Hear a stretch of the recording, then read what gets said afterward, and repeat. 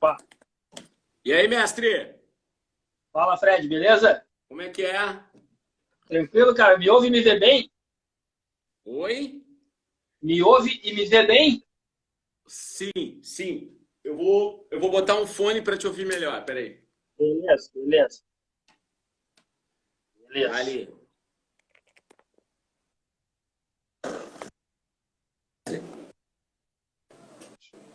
Aí, Perfeito. beleza? Maravilha. Beleza. Fred Endres, também conhecido por Fred Chernobyl. Cara, brigadão por ter aceitado o convite para participar da live aí, cara. Vou dizer assim que quando eu pensei em convidar o pessoal aqui do Rock Gaúcho para participar, a comunidade foi uma das primeiras bandas que me veio na cabeça e falei contigo, tu assim de cara aceitou. Muito Legal. legal mesmo. Então, cara, brigadão mesmo por ter aceitado o convite. Pô, que isso. Para mim é um prazer. Ah, beleza. Fred, vamos falar o seguinte, cara. Vamos começar a lembrar um pouquinho do começo da comunidade, cara. De onde que surgiu? Não, antes disso, vamos falar um pouquinho do Fred, fã de rock and roll, fã de música. Quando é que foi Bah, que o rock entrou na tua vida, cara?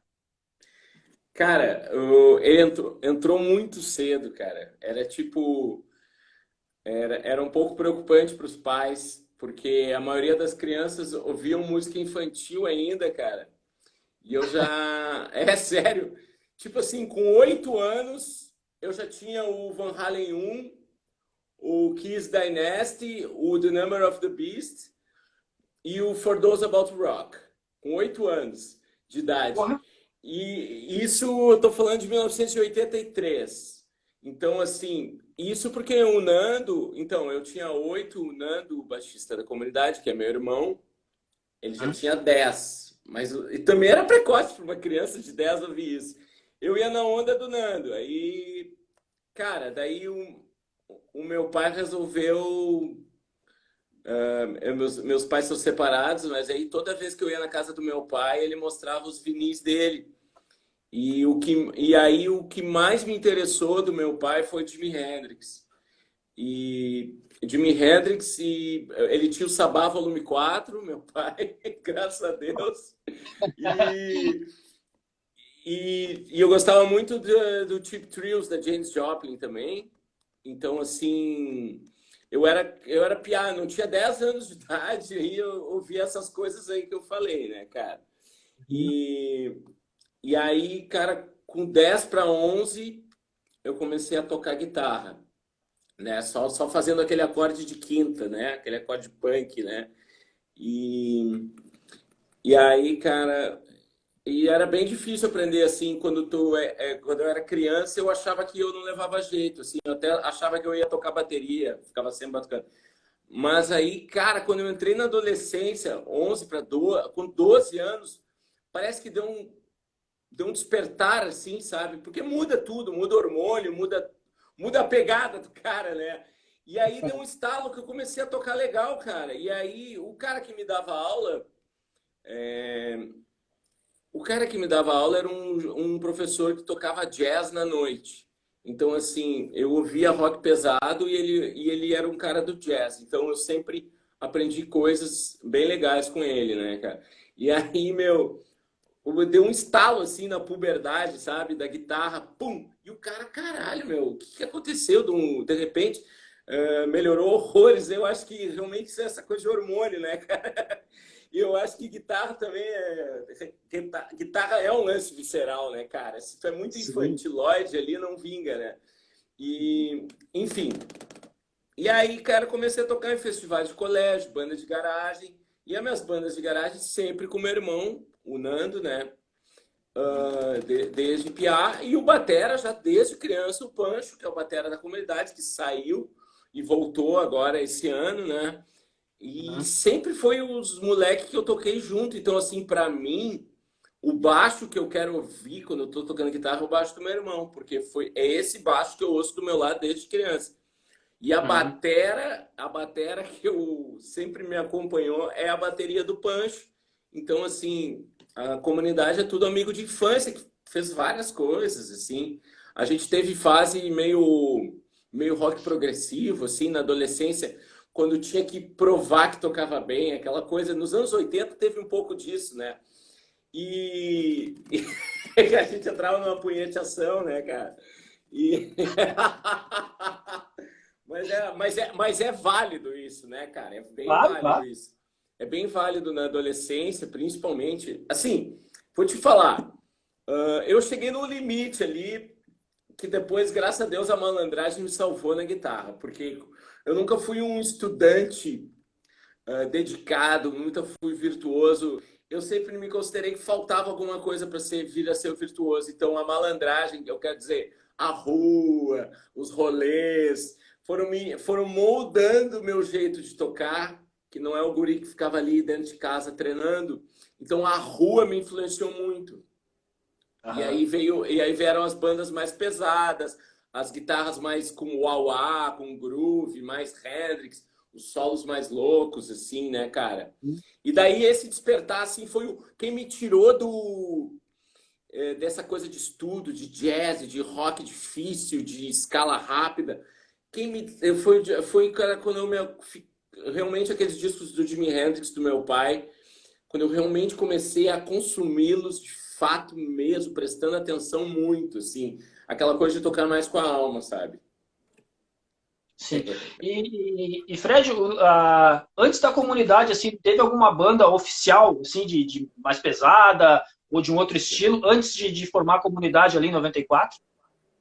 Então, cara, teve, fora essas bandas de garagem, tinha um power trio, que era eu, Nando e o Pancho, chamado XYZ, que isso é infância, eu tinha 12, 13, 14.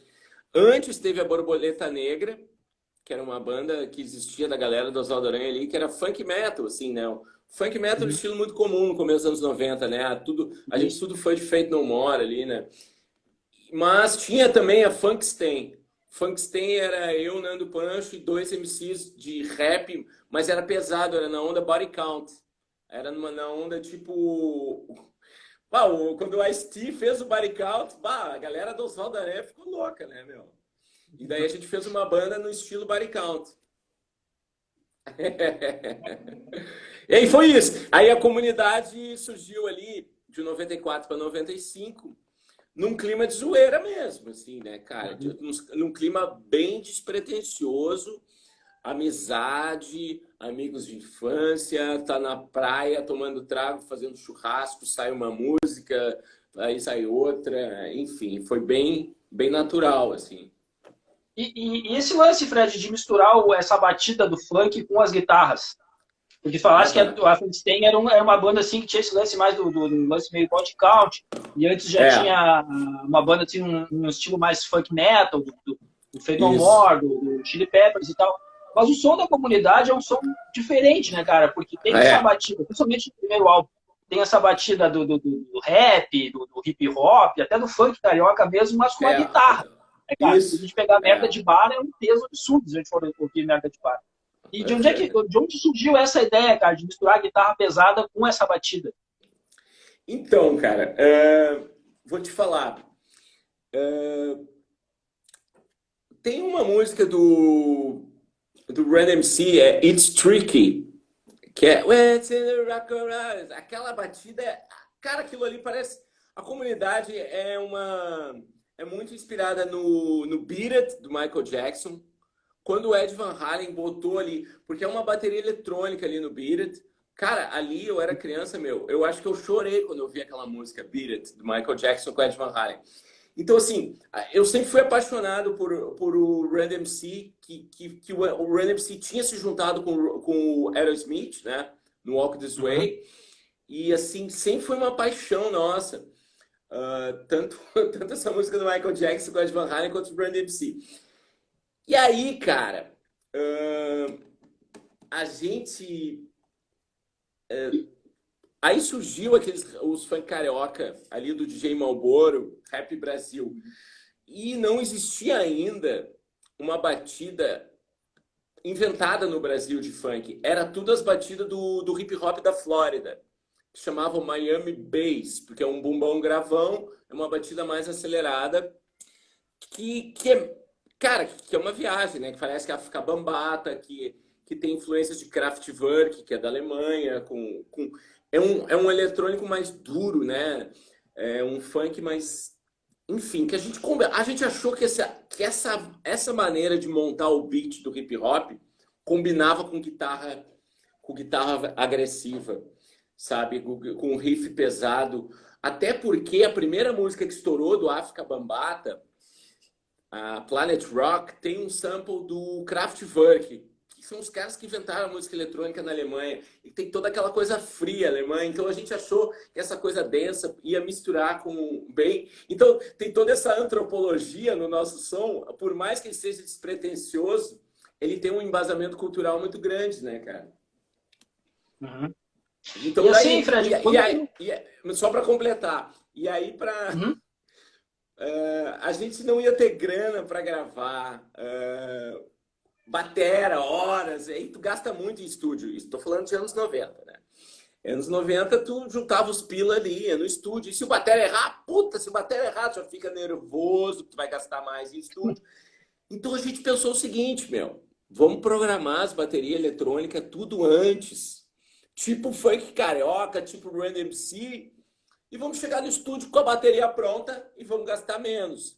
Então a gente acabou criando um estilo de som em função de não ter grana também para gravar bateria, sacou? A necessidade faz o sapo pular. E eu acho que na música é assim, o Black Sabbath, cara, se tu vai ver, cara, o Ozzy não tinha dinheiro para comprar sapato, né, cara? Eles viram uma fila dobrando a esquina de uma coisa que estava acontecendo, eles foram ver, era uma fila de pessoas indo ao cinema para ver um filme de terror. Eles não tinham o que comer, eles pensaram assim, vamos transformar nossa banda numa banda de terror. E deu certo, né, cara? É. Fred, a primeira música da comunidade foi Detetive? Foi, pior é que foi. Foi a primeira a ser criada e a primeira a ficar conhecida. Cara, agora eu vou te perguntar um negócio. Eu lembro muito bem, cara, da comunidade. Eu até, cara, um dos primeiros shows da comunidade que eu assisti, cara, foi... Não sei se tu vai lembrar, cara. Cara, a comunidade tocou por todo o Rio Grande do Sul, né, cara? Muito. Em São Lourenço do Sul, numa aldeia Atlântida, cara. Isso aí deve ter sido 96 ou 97. Porque eu lembro que, assim, ó, isso foi por novembro, dezembro, e depois, já em fevereiro, vocês tocaram no Planeta. Eu lembro disso, porque eu fui no Planeta e vocês também tocaram no Planeta. E, cara, eu lembro que vocês tinham lançado o clipe de Detetive e começou a surgir pela imprensa, principalmente lá de cima, assim, que a comunidade ninjitsu estava tentando copiar os Mamonas Assassinos.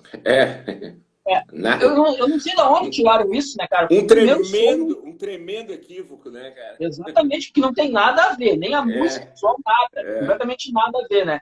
Como é que vocês receberam isso, cara, quando vocês estavam, assim, começando a tocar, a aparecer, sim, uma comparação dessa que daqui a pouco podia até sepultar a banda, né, cara? Porque a mídia é foda. Então, cara, não chegou a ser prejudicial, mas, assim, o que aconteceu naquela época? A gente ficou puto da cara, né, na real, né, Porque a gente tinha toda essa peculiaridade do que eu tava explicando até agora, né? Dessa coisa de rock pesado, com funk, com uma vertente do hip hop que a gente juntou com heavy metal e com letra despretensiosa, engraçada. O Mamonas não tinha um estilo musical definido, ele era banda comédia. Uma música era estilo... essas músicas portuguesas, uma música era estilo não sei o quê. Era uma banda de comédia. Ela não tinha um estilo musical definido, né? É apenas tocado com power trio de rock, que isso faz com que pareça rock. Enfim, a gente ficou muito de cara, porque pareceu muita ignorância, assim, botar qualquer pessoa que tenha senso de humor, tu coloca na mesma sacola dos Mamonas. Então, exatamente, assim, sobrou até pra Graforreia nisso, sabe? Porque Graforreia também tinha senso de humor, comunidade tinha senso de humor. Cara, eu me lembro que eu comprei uma fita. Sério, aí eu pensei, eu vou conhecer essa porra aí de Mamonas. Aí eu comprei uma fita no camelô e tinha até uma. Cara, e tinha uma música do Raimundos junto. Tipo assim, aquilo foi a prova. O camelô tinha, no fim, por um equívoco da pirataria, tinha junto com Mamonas, tinha uma música do Raimundos no fim, aquela Selinha, eu acho, ou Puteiro de João Pessoa. Aí eu vi assim, realmente isso é a prova de que botaram qualquer banda que tenha senso de humor na mesma sacola. A gente ficou meio de cara porque realmente a gente não bebia das mesmas fontes que o Mamonas, né, cara? Então, assim, felizmente, tinham críticos musicais da revista Showbiz, que era a revista mais importante do Brasil na época, muito antenados no que a gente estava fazendo e que nos dava um espaço muito legal, assim. Tanto a MTV e a Showbiz foram muito importantes no começo da carreira, assim. Então tinha assim, na real, a crítica que não entendia porra nenhuma de música colocava a gente na mesma sacola dos Mamonas. As que entendiam não colocavam. E aí veio Broncas Legais, né, cara? Veio o primeiro álbum da banda. Uh, que assim, ó, eu gosto de fazer um comparativo sempre assim, eu pego aqueles primeiros 3 álbuns da comunidade, os 3 álbuns são diferentes. Enquanto o primeiro, eu acho que É, ele tem uma pegada assim que deixa bem claro essa mistura do hip hop, do rap com o lado mais rock da aham. banda.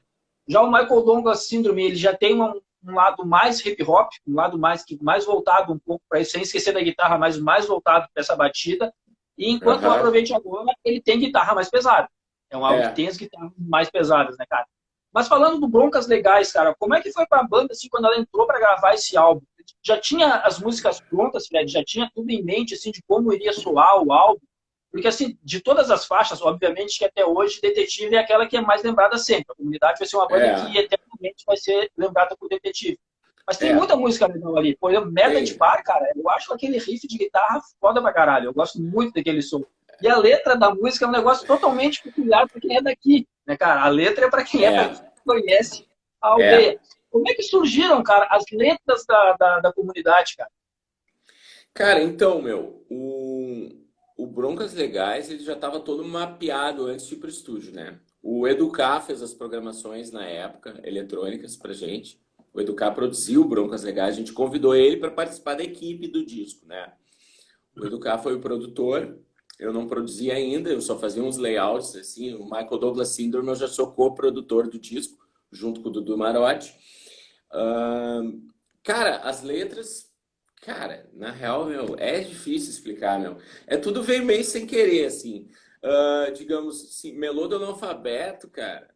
Melô do Analfabeto é a faixa 2, né? Depois de Detetive. Detetive a gente fez pra se arriar num vizinho da praia que dizia que o pai era detetive. Tipo, coisa de papo de adolescente, né? A gente fez só pra folgar um cara. E aí, a Melô do Analfabeto, eu me lembro que eu acho que eu fiz. Foi uma letra que eu fiz, estou falando de letras agora, né? Eu me lembro que o Carlinhos Brown falou numa entrevista no Jô Soares que nunca tinha lido um livro, eu tinha lido só um livro. Aí tinha saído aquele filme Central do Brasil, que o cara pedia para o outro escrever para ele. Aí, Isso. então tinha essas duas coisas juntas. Lembra do filme Central do Brasil, né? Que tinha alguém que não sabia escrever. Não sabia escrever, mas gosto muito de você, que é, né? E aí que essa poesia é maravilhosa. E aí o Pari Bebum, o rap do Trago, que é uma versão autorizada da música Der Comissário do Falco, né, que é o primeiro rap em alemão. Essa música até as vovozinhas sabem cantar na Alemanha. Uh, a gente fez Pari Bebum, porque parece que o cara tá falando Pari Bebum ali em alemão, né? E esse disco a gente ouvia desde criança, né? A gente gostava muito. E cara, é uma viagem, meu. A comunidade, as letras, tudo assim. A gente era um bando de moleque, cara, que saía caminhando por aí com uma garrafa de cachaça no bolso, falando bobagem, meu, zoando com os outros, meu. A gente era tipo aquela turma que sai junto, de amigo, que toca junto, que dá rolê junto. Era tipo uma ganguezinha do bem, assim, sabe? Então Uhum. é aí que surgiu as letras, cara. A maioria das letras. Aí, então, o Michael Douglas aí a gente já tinha feito trocentos shows. A gente quis botar pouco da sonoridade que estava acontecendo no palco. Ele tem mais bateria, ele não tem só bateria eletrônica. E aí o Aproveite Agora, a gente depois, em 2002, eu fui morar numa casa que a gente montou um estúdio da banda de ensaio. E aí a gente abriu o show do Red Hot Chili Peppers em 2002. E esse estúdio ficou pronto e a gente ficou numa pilha, meu. A gente ficou muito feliz com essa história de tocar com o Chili Peppers. E o Aproveite Agora, ele foi composto, foi criado na base dessa euforia de ter montado um estúdio na Bahia e ter tocado com o Chili Peppers. A gente, todos os dias, das 4 às 8 da noite, rolava som na Bahia. Então, é um disco composto, não é assim aquela coisa, um grito que o cara deu na rua bêbado com uma bateria eletrônica que virou detetive, sei lá, entendeu? O Aproveite Agora é uma banda rolando som em estúdio, assim que ele foi criado. Então ele acaba soando mais pesado, porque tem mais a mão da gente, né? Uhum. E até falando no Aproveite Agora, que eu te falei das guitarras, né, cara, a gente percebe que é um disco que ele é mais direcionado para os riffs. Por exemplo, Patife mesmo é um riff que quando começa ali tu já sabe que vem pauleira. Tu disseste que vocês abriram com Chili Peppers e tal, eu estava empolgado com esse lance de Chili Peppers, mas vocês estavam ouvindo algo mais pesado nessa época, assim, que chegou a influenciar o lance das guitarras? Eu sei que tu, Sim. apesar desse lance da comunidade não ser uma banda focada, eu sei que tu é muito fã de heavy metal, porque o cara que trabalhava na Megaforce, o Zé Henrique, disse assim, cara, esse louco era meu freguês lá, cara, toda semana ele aparecia lá na Megaforce para comprar uma coisa. E eu era um piá, né, meu? Eu ia na Megaforce, eu pedia para gravar em fita cassete os primeiros do Metallica, King Diamond, Venom. Ô, meu, então é o seguinte, o que eu tava curtindo, vou te falar, cara, nessa época do Aproveite Agora, nas guitarras pesadas, cara, eu tava ouvindo umas coisas meio industrial, cara. Eu tava ouvindo White Zombie, Rob Zombie, Rammstein e assim, naquela coisa pós-grunge, eu tava ouvindo Queens of the Stone Age também. Então, assim, tem bastante dessa influência. Tanto que as guitarras, tem muita guitarra afinada abaixo, e todos os takes de guitarra, cara, tinha assim, ó, um sinal que ia para um Marshall valvulado e o mesmo take de guitarra ia para um simulador digital, né? Então, assim, aí depois dobrava. Então, cada take de guitarra tem 2 Marshall e 2 digital junto. Então, fica um comboio, né? Então, assim, foi uma técnica muito legal de gravação que o Rafael Ramos, que produziu o Aproveite Agora, ele tinha aplicado isso aí no disco da Pitty, que o primeiro disco tem uns guitarrão bem pesado. Tem. A Pitty estava começando e ela, inclusive, ia assistir. Ela não tinha amigos do Rio de Janeiro ainda. Ela ia assistir a gravação do Aproveite Agora, direto. Ela era nossa amiga lá no Rio. E aí, essa técnica eu peguei com o Rafael Ramos, de gravar guitarra. Então, assim, realmente, o Aproveite Agora... Então, e agora eu reconstruí o Aproveite Agora com meu filho, né? Que tá no Spotify. Porque a gente fez inspirado na Sharon Osbourne, que faz e recria os discos e gera novo fonograma e se livra de gravadora, né? Inspirado na Sharon Osbourne, a gente desconstruiu e reconstruiu o disco respeitando a estrutura das músicas e usando o mesmo vocal e os takes de bateria, baixo e voz. A gente só reconstruiu em volta das minhas guitarras, eu coloquei o Eric, meu filho, e a gente reconstruiu para poder gerar um novo fonograma e pegar a liberação dessas músicas para que nós pudéssemos lançar independente, entendeu? Foi essa reconstrução do Aproveite Agora, que chegou nas plataformas agora na pandemia, é porque ele não estava, né, nas plataformas, né? Sim. Então a gente reconstruiu o disco, deixou ele diferente, com uma roupagem atual. Então a galera que quer ouvir o Aproveite Agora, ele tá muito legal e não tá tão cru, que a versão 1 do Aproveite Agora é Power Trio e voz, né? Só isso. Então agora ele tá mais elaborado, assim. E o Eric, meu filho, é um grande guitarrista, muito criativo, faz guitarras muito improváveis, né? A gente botou Up, né? Que foi o upgrade do Aproveite Agora. O nome do disco é Up, Aproveite Agora 2020. Foi Aham. construído na pandemia. O Aproveite Agora tem uma faixa, né, cara, que é o hino de todo cara que toma aquela ruína na balada, que é o banheiro, né? Ah, o banheiro. Quem nunca, né, cara? Quem nunca passou por aquela letra ali? Pô, Pá, tu tá louco, é. Pá, meu, o banheiro. Cara, o banheiro foi inspirado no fato verídico, né? Claro, é só o pontapé inicial, né, cara? Lá sim, na guarda do Embaú. A gente passou, acho que 2 semanas na guarda, a comunidade e a Ultraman, numa mesma posada. imagino, Cara, cara. cara, tu imagina a loucura que era isso. Era Imagino. só nós, só a comunidade e a Ultraman numa posada atrás de um bar. E a gente tocava no bar só por trago. E uma merreca de grana. Tipo assim, a gente tava afim de zoeira mesmo, cara. Então, assim, lá surgiu a letra de banheiro. Ah, cara, assim, tu falasse agora do Eric, né, cara? A gente, cara, se eu não me engano, eu acho que a primeira vez que o Eric tocou com vocês foi no Planeta, não foi? Vocês levaram ele pro palco, foi no Planeta, não foi? Foi, ele tinha 6 ou 7 anos. E eu lembro que ele entrou num palco. Mas assim, cara, aí tu como guitarrista, né, cara, e ele agora também, como guitarrista, tu dissesse que ele é um bom guitarrista, assim, como é que tu vê isso, cara? Teu filho ali tocando contigo no palco, músicas que tu construiu quando ele era molequinho ali, piá, e agora ele tá ali no palco tocando guitarra contigo ali, dando aquele up, como tu dissesse, pra comunidade, assim, É, ao vivo, quando ele vai tocar com vocês. Como é que é essa sensação de pai, assim, do teu filho ali junto? cara, é simplesmente é mágico, né, cara? Tipo assim, tu tem uma sensação de que tu faz jus à tua existência, sabe? Tu gera alguém em meio a uma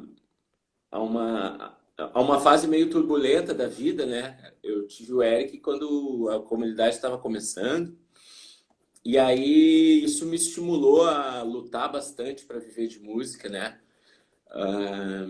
E aí não só acabou acontecendo de conseguir viver de música, conseguir criar ele, e quando eu vi ele estava no palco do lado, sabe? E também um grande cara de estúdio que grava os discos dele, e o palco é muito, muito legal, cara, muito legal. E eu tenho muito respeito, muito diálogo sincero com o Eric, e muito respeito por ele, né? Como eu nunca lidei com ele como se ele fosse alguém, tipo, nunca com autoritarismo, entendeu? Sempre com um papo aberto de pai para filho e respeito artístico, né, cara? Sempre bastante. Que eu acho que isso eleva a criatividade dele, porque daí ele não tem medo de mostrar as ideias dele, né, cara? E ele é muito livre, né? E, cara, é muito legal, meu, muito legal. E assim, família, quando a gente vê uma família no palco, né, cara? Tá meu Ah, cara, irmão, tio, tá meu irmão, tá meu filho, né? O Mano é amigo de infância, o Pancho é amigo de infância. Comunidade é a família, né, cara? São as letras mais crachadas, mas na real a banda é a mais família que tem, né, cara? e eu ia te falar, eu ia te perguntar agora do Eric, antes que tu falasse de dar para ele autonomia, né, para ele pra tomar decisões e tal, deixar a criatividade dele fluir, né? Aham. Tu aprende muito com ele, cara, enquanto guitarrista, mesmo tu já tendo toda essa tua experiência e ele tá, digamos assim, começando, né, na carreira de guitarrista, tu aprende com ele já. Aprendo. E tem coisas que nem tem como eu aprender, porque é muito complexo. O Eric, sério, não é porque é meu filho, mas o Eric é um gêniozinho, cara. A maneira que ele toca, que o groove com habilidade, né? Ele não é só técnica, ele não é só groove, ele não é só habilidade, ele é tudo ao mesmo tempo. Fazia muito tempo que eu não vi um guitarrista assim, com, com, porque normalmente quando o cara tem muita técnica, ele não tem pegada, né? Então o Eric ele tem tudo ao mesmo tempo. E ao mesmo tempo ele pega uma partitura de jazz de seca Então, assim, coisas que eu nunca consegui fazer na minha vida, sabe?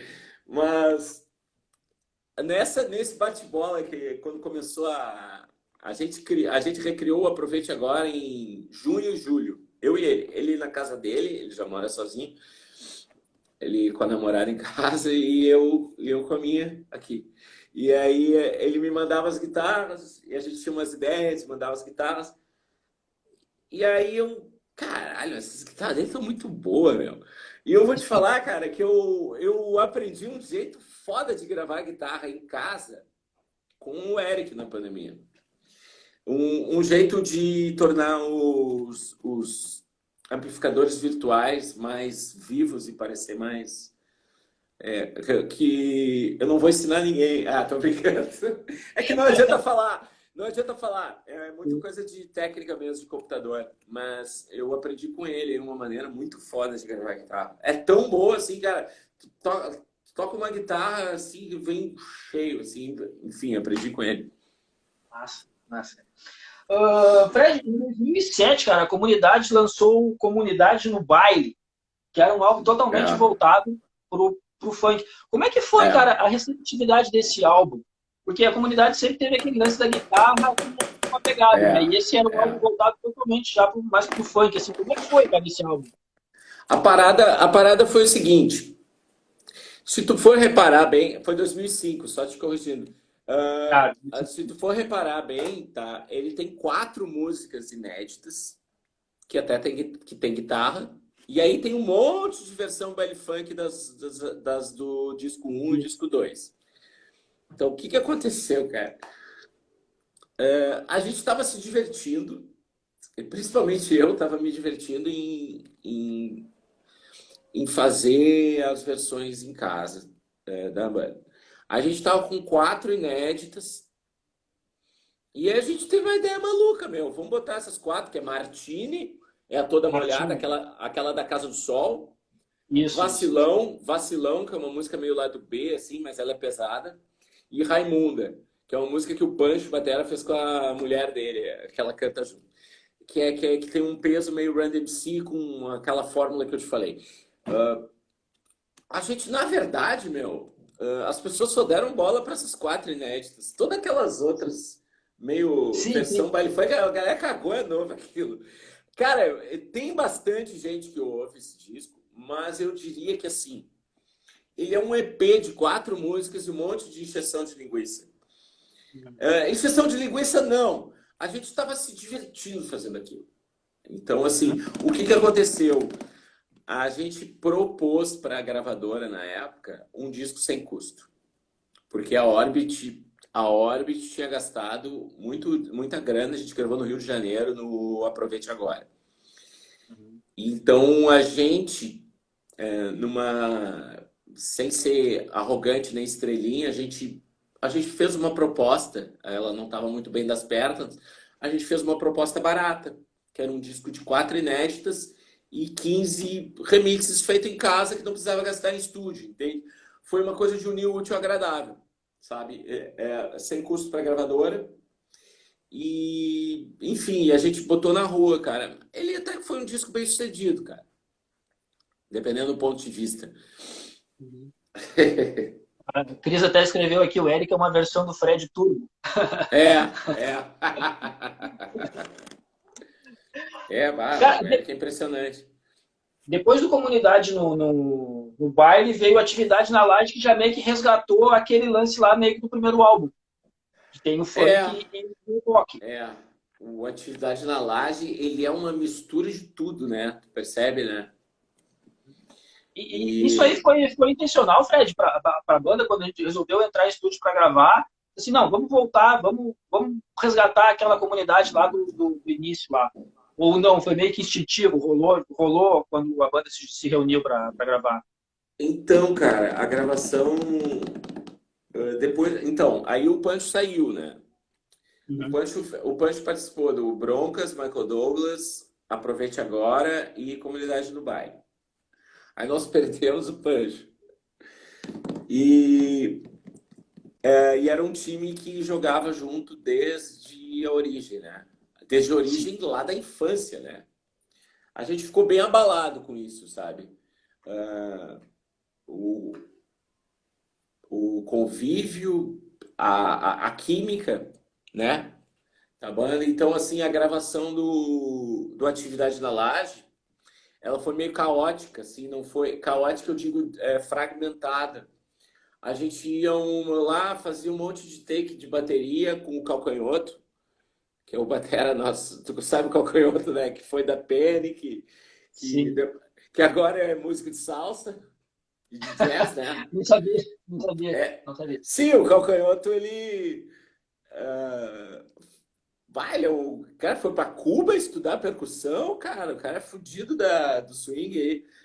Então, enfim, foi um disco todo caótico, assim. Gravava as baterias no estúdio, aí eu fazia umas programações, a gente ia juntando, assim. Foi um Frankenstein. Aí a gente tava com um Frankenstein gigante, e a gente foi na Tech Audio, antiga GER, que é onde a gente gravou Broncas Legais.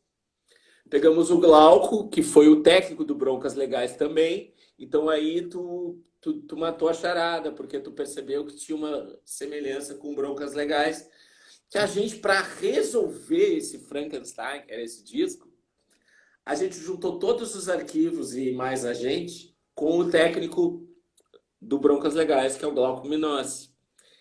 E aí a gente fechou a tampa. E eu acho um disco muito bom. Eu sou muito fã do Atividade. Eu acho que ele dá de 10 no Comunidade no Baile. Ele não teve a mesma repercussão no Comunidade do Baile, porque o Martini ia toda molhada na Casa do Sol, aquela foi o tema de verão da Atlântida, não tem como bater Sim. aquilo. Aquilo lá foi o hino de vários verões, né, na rádio, né? Então, assim, ele foi meio ofuscado por isso, mas eu acho um disco melhor do que o Comunidade do Baile, disparado. E o Calcanhoto, ele sentou a pau ali várias vezes. E a atividade na laje tem a famosa chuva nas calcinhas. Essa bombou pra cacete também, né? Vai, é verdade, cara. Eu já ia me esquecendo, cara. Chuva nas Calcinhas foi a música principal desse disco, né, cara? Sim, cara. Cara, que o Mano escreveu essa letra, cara, numa chalaça aí que ele fez com uns caras aí que eu nem sabia quem era, meu. Nós gravamos a voz dele num quarto de hotel com microfone chumbrega, meu. Eu ligado na placa de som, aí eu fiquei com essa voz dele, chuva nas calcinhas. Aí eu montei o beat. Aí a gente pensou. A gente tinha pensado numa releitura de Camas e o Ar. Que o Nando é o grunge da banda, né, cara? O Nando é o baixista, o único que se afundou em Nirvana em alguma época da vida foi o Nando.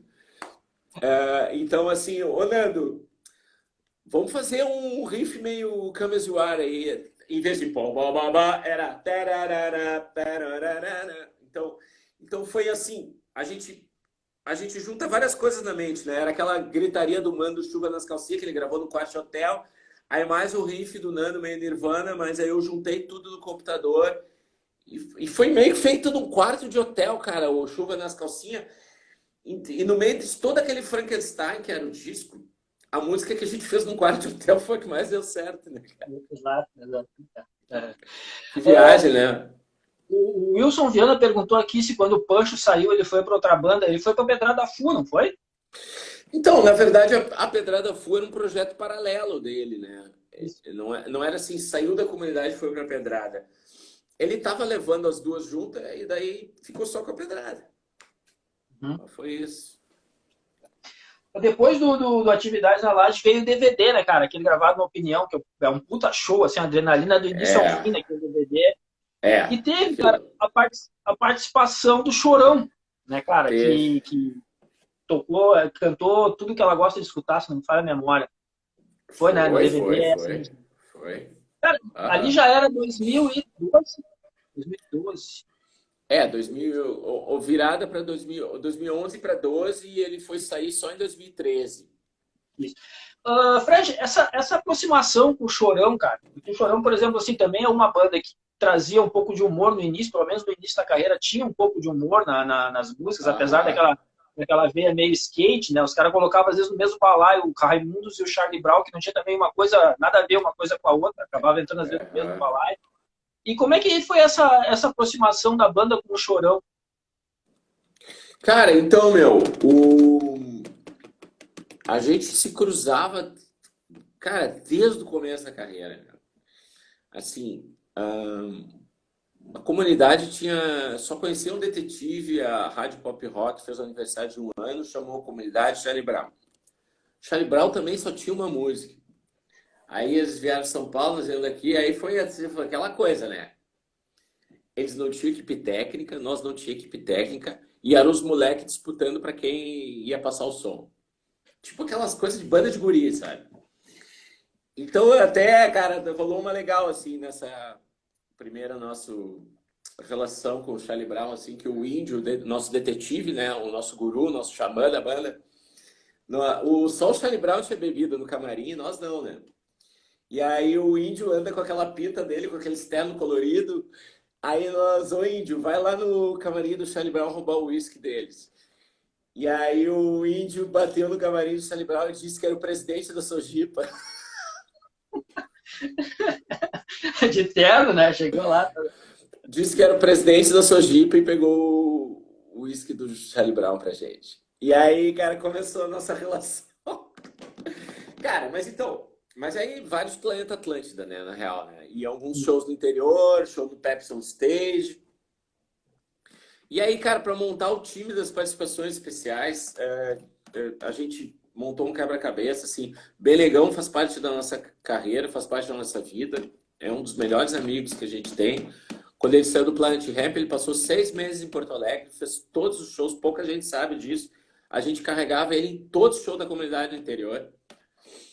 O Benegão participava dos nossos shows, quando ele saiu do Planet, direto. Educar, Popozuda, Educar trabalhou com a gente, enfim, eu tô dando uma volta até chegar ao Chorão, que com uma hora a gente chegou, tá, é o Chorão que falta, né? E daí ele veio de boa, assim, sabe? Ele veio, não teve cachê, eu quero dizer, ele veio na amizade mesmo gravar, né, cara? Foi muito legal, cara, foi muito legal mesmo. Assim como todo mundo, né, que participou. Esse lance que tu falasse da estrada, assim, de conhecer muita banda, tipo assim, tocaram várias vezes no planeta, né, cara? É um negócio bacana, porque muitas vezes a gente imagina, apesar de acontecer aquele lance meio de algumas bandas tomarem por competição, né, cara? Que, não, eu tenho que ser o melhor, eu tenho que fazer isso. Isso aí né, cara? Isso aí é no começo. Sabe aquele comecinho do sucesso quando há uma insegurança nas bandas? Mas a comunidade nunca foi assim, cara. Sim. Tu sabe que eu lembro do Planeta Atlântida, cara. Se não me falha a memória agora, eu não vou lembrar o ano. O mesmo. Mas foi talvez, acho que na última turnê do Raimundos, antes do Rodolfo sair, que tinham lançado aquele da capa amarelinha, só do Forever. Que eles chamaram vocês no palco. Eles chamaram vocês no palco para cantar com o Cadillac. Isso, tu lembra?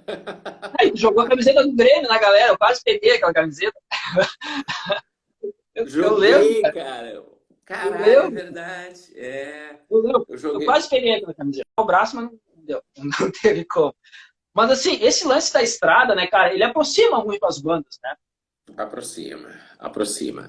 Cara, então, o Raimundos, cara, era até mais próximo da comunidade do que o Charlie Brown, né, cara? E até falando assim, pô, deviam ter participado do DVD, agora, anos depois, né, falando sobre isso. Mas aproxima muito, cara. Mas assim, a gente tinha muita amizade com o Mascavo, com o Raimundos, com o Charlie Brown, Planet Ramp, muita. A gente tem muita afinidade com todos ali, com o D2, Benegão, Formigão. O Pedrinho Batera é filho do nosso querido falecido, não sei se você sabe, o Pedrinho, baterista do Planet, é filho do Bebeto Garcia, do Garotos da Rua. Pô, não sabia, cara. Não sabia. Então, assim, o Planet sempre foi mais das bandas fora do Rio Grande do Sul, a mais chegada, assim, né? O Planet e o Raimundos. E aí, mas a família mesmo é comunidade, acústicos valvulados, Ultraman, Papas. A gente construiu um cenário muito foda aqui, né, cara?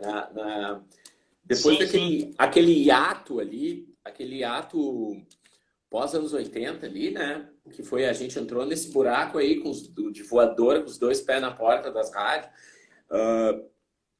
A gente era uma galera muito unida, né, cara? Tipo, cara, a gente torcia assim, cara, esse ano no Planeta, qual vai ser as bandas? Nós e Ultraman no mesmo dia, ou acústicos, que legal, vai tocar no outro dia. Então, assim, a gente criou realmente um movimento que, que revolucionou todo um cenário, né?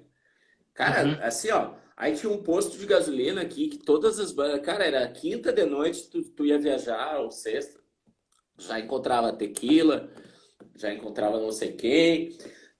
Cara, tava um cenário tão forte aqui, cara. Tava todo mundo com 3, 4 shows, no mínimo 2 por semana.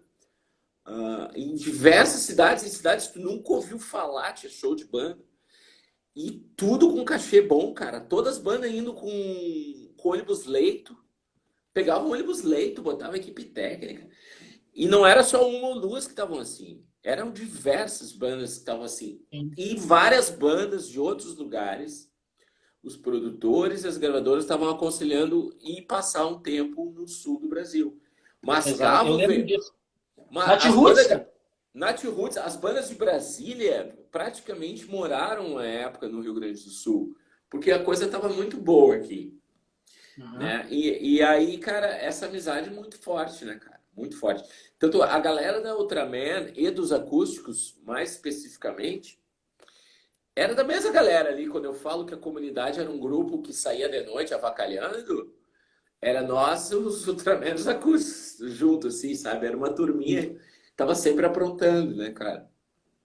Aí, o legal disso aí, tu falasse agora, né? De todas essas bandas, assim, se a gente for pegar assim, uma por uma, cara, era uma cena legal que tinha no rock gaúcho e nenhuma banda era igual a outra. Todo mundo era diferente. Todo mundo era diferente. Não Exatamente, tinha nenhuma exato. assim, será que é? Não. Tocava uma música do acústico, tu sabia que era o Malenotti que estava cantando. Comunidade, É, todo mundo sabia. Tequila, todo mundo sabia. Até eu queria te pedir, cara, se falar com o Malenotti, pede para ele responder aí as minhas mensagens, cara. Eu quero fazer uma eu live com ele, ele vou. não me Deixa que eu faço a frente aí. faz a frente aí para mim, então, valeu. Claro. E, cara, aí, depois que passou esse período, né, teve o último trabalho de estúdio da comunidade, foi o King Kong Diamond. Isso. Uma sacada também genial no nome do álbum, né, cara? King Kong Diamond. Aham. Que, que, por sua vez, resgatou o Educar como produtor para fechar aquele pacote lá do Broncas Legais, né, cara? Como é que foi trabalhar de novo com o Educar no estúdio? Foi muito legal, né, cara? Muita coisa aconteceu, né, cara? Foi praticamente aproximadamente 18 anos depois do Broncas, né? É bastante tempo, né? E foi legal, foi bem legal. Eu diria que o King Kong Diamond, ele é meio colcha de retalhos também, cara. Mas, mas no, mas pensando bem, cara, é que assim, ó, o King Kong Diamond começou assim. Eu chamei o Educar pra gente fazer um EP com 4 músicas. E daí a gente começou a se pilhar de fazer um disco inteiro, a gente nem tinha as músicas direito. Muita coisa criada em cima da hora, assim, cara. E aí foi muito bom, a gente entrou na parceria com a Audio Porto, que hoje em dia é um dos maiores estúdios da América Latina. Vale a pena conhecer, se tu não conhece, conversa com os caras lá. É um estúdio tipo, fenomenal. A gente gravou na Audio Porto, gravamos com o Educar de novo. E aí o seguinte, o Eric já estava grande em 2014. Se tu for ler nos créditos do disco, o Eric é o segundo guitarrista de todas as músicas. É um disco da comunidade de 2 guitarras. Então, assim, isso é um grande diferencial desse disco. Tem muita guitarra foda do Eric. Tem uma música ali enlouquecida, o nome da música, que tem um solo meu, assim, mais na mãe, e depois entra um dele debulhando, assim, tem vários momentos muito legais. Esse disco é muito bom, mas ele, cara, ele surgiu, cara. exatamente na transição pro streaming, cara. O que aconteceu é o seguinte, a comunidade surgiu na era pós-vinil, entrando o CD. Aí do CD virou MP3, virou uma coisa, e aí baixou o consumo de CD, todos já reclamavam, mas ainda existia. O streaming sepultou o CD, né? E a gente ainda tava, cara, na vibe meio CD, sabe? Tanto que a gente até fabricou o King Kong Diamond. Então, assim, ele entrou quando o cenário tava... era muito... Vou te falar que a gente podia ter segurado um ano e ter lançado ele. A gente não soube trabalhar ele, sendo bem honesto, assim. Nem nós. E na verdade, eu como guitarrista, eu soube trabalhar ele. Eu digo, quem trabalhou a parte não musical com a gente não soube trabalhar na época, eu acho. Porque a gente fez e aconteceu o disco, mas ele não foi devidamente trabalhado, sabe? Então, assim, ele ficou perdido no mundo que virou streaming. E nenhuma música foi para rádio, porque daí criou-se aquela filosofia, não precisa mais de rádio, tem Spotify. Cara, precisa sim, velho. Para nós, precisa, sei. Tô falando de mim, não sei como é a carreira dos outros. A comunidade precisa de rádio, cara.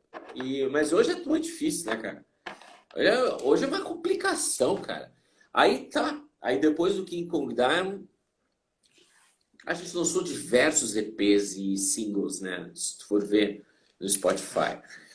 Então, assim, King Kong Diamond foi muito legal o processo criativo, o Educar de volta no estúdio, o Eric tocando bastante, o Eric tocando muito, muito, muito, muito, muito.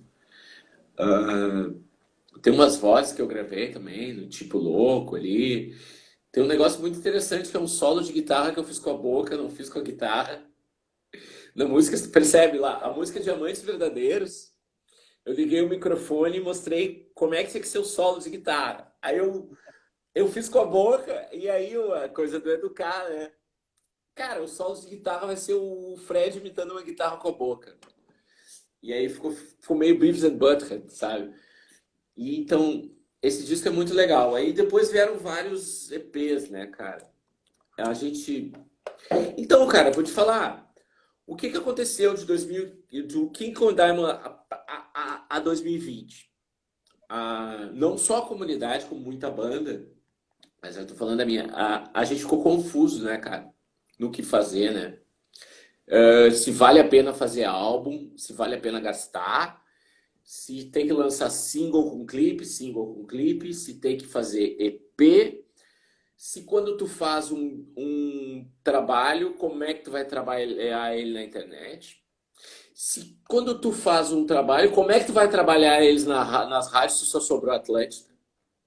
Porque antes tinha várias rádios, não entrava numa, entrava noutra, né?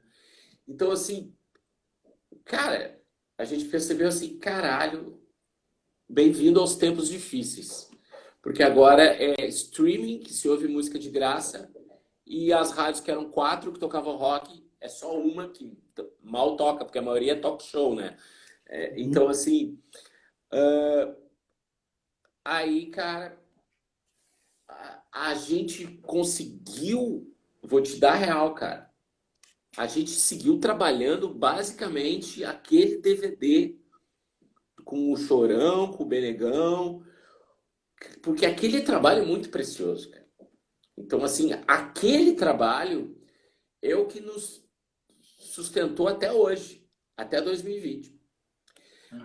Esses discos, King Kong Diamond, esses EPs todos malucos que a gente lançou, foram mais um exercício de como é que a gente vai sobreviver no online de hoje. Então a gente estava tateando e pesquisando. O que aconteceu quando a gente entrou na pandemia é que eu resolvi estudar essas porra aí, cara. Entendeu? Tipo assim, cara, não tem onde fazer show. Quem não tá online tá morto, velho. Tá morto, velho. Se não tem onde tu tocar e tu não conseguir trabalhar tuas músicas online, vai tocar o quê, cara? Pros passarinhos na janela, cara.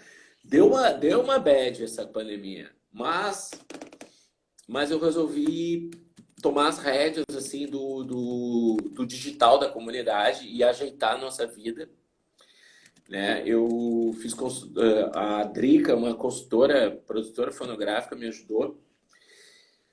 O que aconteceu? A gente criou tipo um selo da comunidade, se chama Comunidade Ninjitsu, só trabalha a comunidade Ninjitsu e eu cuido desse selo. E simplesmente a gente foi rever todas as obras, a gente já repassou só o Michael Douglas Syndrome, estão com gravador ainda. A gente resgatou para nós todos os nossos discos, Sharon Osbourne. E a gente, em meio a esse resgate, a gente reconstruiu o Aproveite Agora. A gente pegou singles de o Cowboy versão heavy metal, o Quero Te Levar com o Quindim do Garotos da Rua no sax. A gente foi criando mini produtos que fez com que a gente começasse a viver como uma banda independente digital em 2020. Então, assim, de 2015 para cá, a gente estava meio perdido em como trabalhar as músicas e a gente vinha vivendo do DVD. Agora, na pandemia, a gente otimizou esse tempo em casa para zerar essa parada digital, para agora começar finalmente, antes tarde do que nunca. A gente administra a nossa vida digital, toda a nossa obra, e tá tudo lá, vai no Deezer ou no Spotify, todo o nosso disco. E esse disco esses discos são nossos, velho. Porque isso aqui que aconteceu, cara.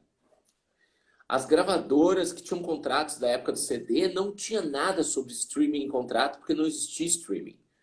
Muita gravadora subiu os discos e não repassou de 2015 a 2020. Não repassou um centavo para os artistas. Foda. Cara, a gente vai ter que armar um processo, não vou citar nome de gravadora, mas a gente tem mais de 10 milhões de plays que a gente nunca recebeu R$1, porque a gente nem sabia como é que eram as leis de streaming. Então foi quando a gente resolveu tomar conta do nosso próprio comunidade como selo, a gente viu como funciona e a gente descobriu o quanto estavam nos roubando. Então eu aconselho todo artista, por mais que tenha uma gravadora, ele tente aprender, porque eles fazem todo um auê, todo um mistério, eles fazem uma teia de aranha digital, porque vai direito conexo daqui, porque vai direito de execução pública daqui, porque isso reflete no digital, mas tem o abatimento da agregadora, não sei o quê, e para ti sobrou 18 centavos, sabe? É assim, cara. Mas, cara, quando tu vai ver, meu, opa! Não é bem assim, cara. É foda, né? Cara, meu, eu não quero chamar toda a gravadora não posso generalizar, mas tem muita gente malandra aí no mercado que se aproveita que o artista não sabe como se monetiza direito. O artista independente, o artista que começou agora sabe, mas a gente que veio do CD não sabe. Então, assim, ó, toma umas aulas aí com alguém, sabe? E vai aprender e vai tirar os discos que estão roubando de ti, pega pra ti, meu. É o conselho que eu tenho pras bandas aí, cara. Tá certo. Fred, antes da gente acabar, cara, porque o tempo daqui a pouquinho vai aparecer a luzinha aqui dos 30 segundos, eu vou pedir assim, ó, nas minhas lives aqui eu sempre mostro um álbum do convidado para ele falar rapidinho sobre o álbum, o que ele acha desse álbum e tal. Vou mostrar um que eu sei que tu vai falar bem, até foi a inspiração para a capa do Cowboy, do digital. Eu queria que tu falasse um pouquinho sobre esse aqui, ó. Porra, tu catou a inspiração, né? Muito na cara, né? Mostra de novo aí pra galera, mostra de novo aí. Aqui, ó, Hide the Lighting do Metallica. Aê! Cara, esse disco, meu, eu fiquei de queixo caído quando eu ouvi, cara. Eu pensei, pelo amor de Deus, cara, que coisa mais perfeita que é essa, cara? Eu levei uma fita cassete na Megaforce e pedi para os caras gravarem. Porque não existia esse vídeo no Brasil, né, cara? O Metallica começou a ser distribuído no Brasil, acho que do Álbum Preto pra cá, né? Acho que foi o Valcir Chalas que botou esse disco, cara. Se não me falha a memória, cara. Acho que foi o Valcir Chalas que lançou esse disco em vinil, meio que naquele esquema meio piratão, meio... Um lance meio assim, se não me falha a memória. Eu acho que foi, cara. Lembra que a capa era meio diferente? A capa era meio esverdeada? A primeira versão desse vinil que surgiu no Brasil era meio esverdeada. Que era pirata? Isso, eu acho que era pirata. Pois é, meu. Então, cara, eu fiquei chocado, cara, porque a gente olhava as revistas de heavy metal, né, cara, e ficava muito curioso com várias bandas que apareciam nas revistas, mas que os discos não chegavam nas lojas, né? O Metallica era uma delas, né, cara? O Metallica, Merciful Fate, uh, várias bandas, Exodus, essas bandas assim que não eram comum assim, né, cara? Porque a gente tinha acesso a Black Sabbath, a Van Halen, né? Mas o Metallica, meu, esse disco, cara, eu pensei assim, cara, isso é a coisa mais em termos de peso. E porque o Sepultura estava lançando o Bestial Devastation, quando eu fui ouvir isso aí, eu comprei o primeiro do Sepultura, mas eu confesso que eu não curti muito na época, assim, cara, porque realmente era muito tosco aquele disco, né, o Bestial. Eu sou amigo do Igor Cavaleiro, até poderia dizer isso, né, mas na época, assim, o que, o, o que fez eu, assim, caralho, meu, isso aí é mais do que heavy metal, né? Como é que chamava? Não é thrash. O que que é Metallica? O que que seria o Ride the Lightning? Power metal? Então, cara, eu gosto de todas as músicas. Fight Fire with Fire é a que eu mais gosto, apesar de eu gostar de todas. E eu sempre toco Fight Fire with Fire quando eu tô testando uma guitarra, o riff dela. Quando eu quero ver se a guitarra é boa de tocar metal, eu toco Fight Fire with Fire do Metallica. E em 2009, só para completar a história com esse disco, eu estava em Portugal, a comunidade fez uma turnê em Portugal em 2009, e eu fui num festival chamado Optimus Alive, e o Metallica estava fazendo uma turnê tocando Ride the Lightning. E eu Porra. assisti. E eu assisti, cara, em Lisboa, eles tocando esse disco aí. Pô, tocar no Escape? Cara, ô meu, eu não Porra. lembro direito, cara, qual foi dessa turnê aí, cara. Mas tu lembra que eles fizeram uma turnê que é muito focada nesse disco? Não era só esse disco, né? Mas era a Sim, turnê sim. que era o Ride the Lightning era o principal. Uhum. Batemos. Eu adoro Escape, cara, mas nunca na Sim, vida o sim. Metallica tocou Escape. É foda, é foda. Aí faz aquelas turnê de fã escolhe as músicas. Que fã escolhe as músicas da Pinóia? Todo mundo escolhe sempre as mesmas, cara. Pra mim não é, É só escolhe verdade. tudo. Todo mundo É, escolhe essa sempre as mesmas. é, isso assim vale para minha banda também.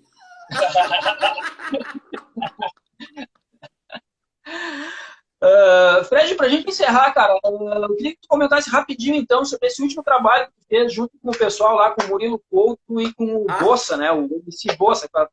Rapidinho, assim, antes da gente encerrar aqui, falar rapidinho sobre esse trabalho aí. ô, cara, então, a amizade com o Hermes e Renato é muito longa, né?